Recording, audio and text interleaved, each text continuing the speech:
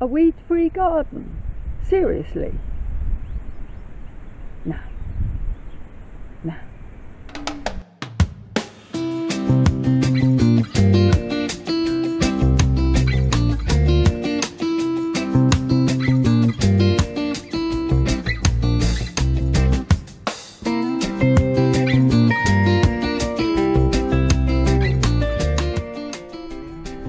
There's stuff you can do to make it less weedy,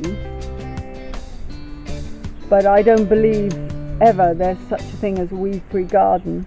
We have been given an enormous bag of straw and hay mixed together, and I am going to use it as a mulch in the garden. Now in the UK, I'd be concerned about slugs putting down, you know, a big thick layer of straw which I'm then going to wet, but we don't seem to get slugs here. What we do have is ants. I don't think they like the straw very much,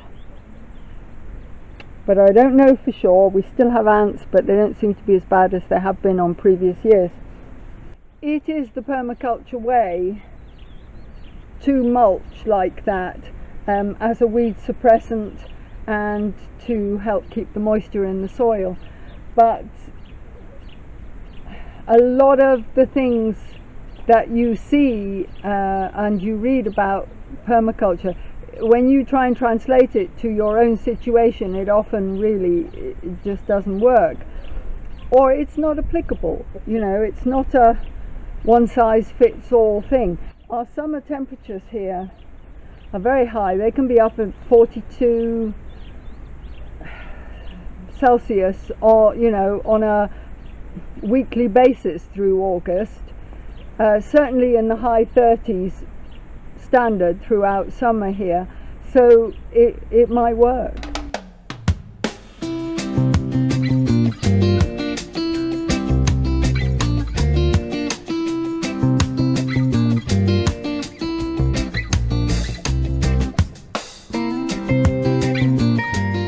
Actually, the garden is not very Spanish at all.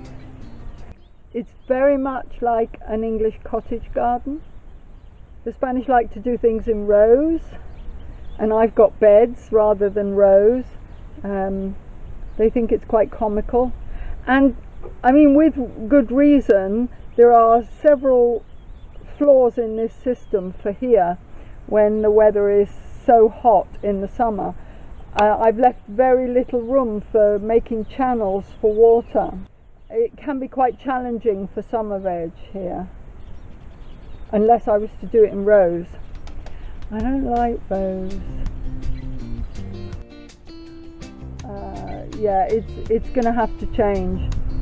This autumn we're going to have to turn the beds into rows so that we can put irrigation in next year. We don't have irrigation in, and the reason for that is it's just too complicated when you've got beds like this. The only way it works is in rows. However, because we are zone 9.5, it is very similar to some other arid places in the world, in particular Texas. In order to grow in the height of summer, you have to have shade, and that is only possible with structures. And Steve says he can put shade in for me, but I have to tell him where I want it, and until I know exactly where all the beds are going or the rows are going, I haven't been able to do that. But this year we've been quite canny. That's the ornamental gourds, and they're growing up a trellis which we made from this is the stuff for reinforcing concrete, and underneath there is delightfully shady.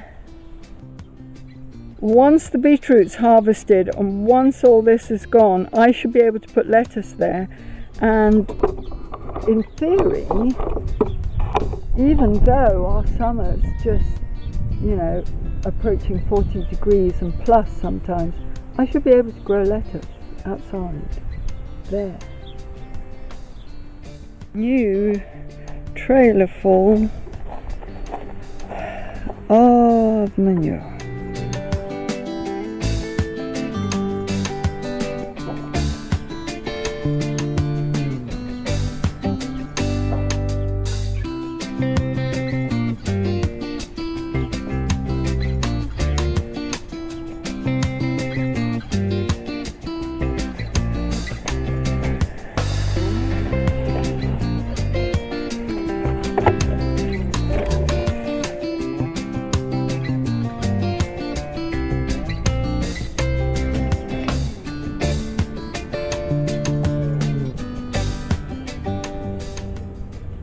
I'm making a new bed,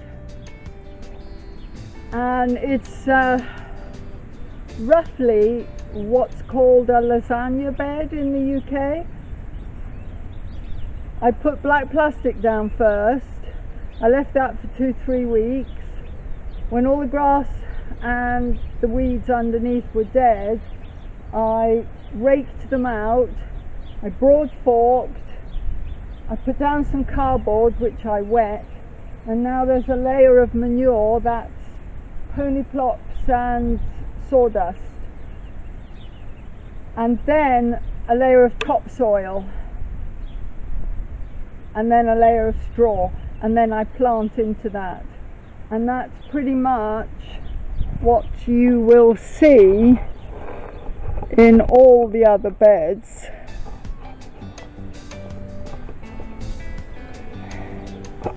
This here is my pak choi gone to seed.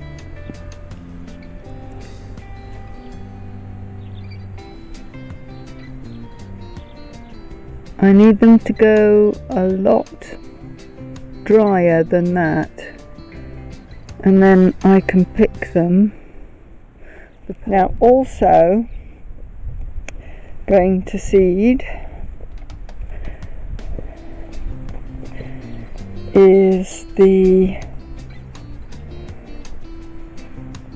lettuce. That's a red lettuce,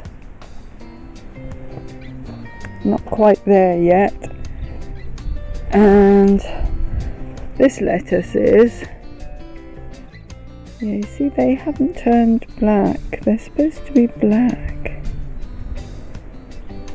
Well, obviously clearly they're not ripe yet, but I really want to avoid them blown around the garden.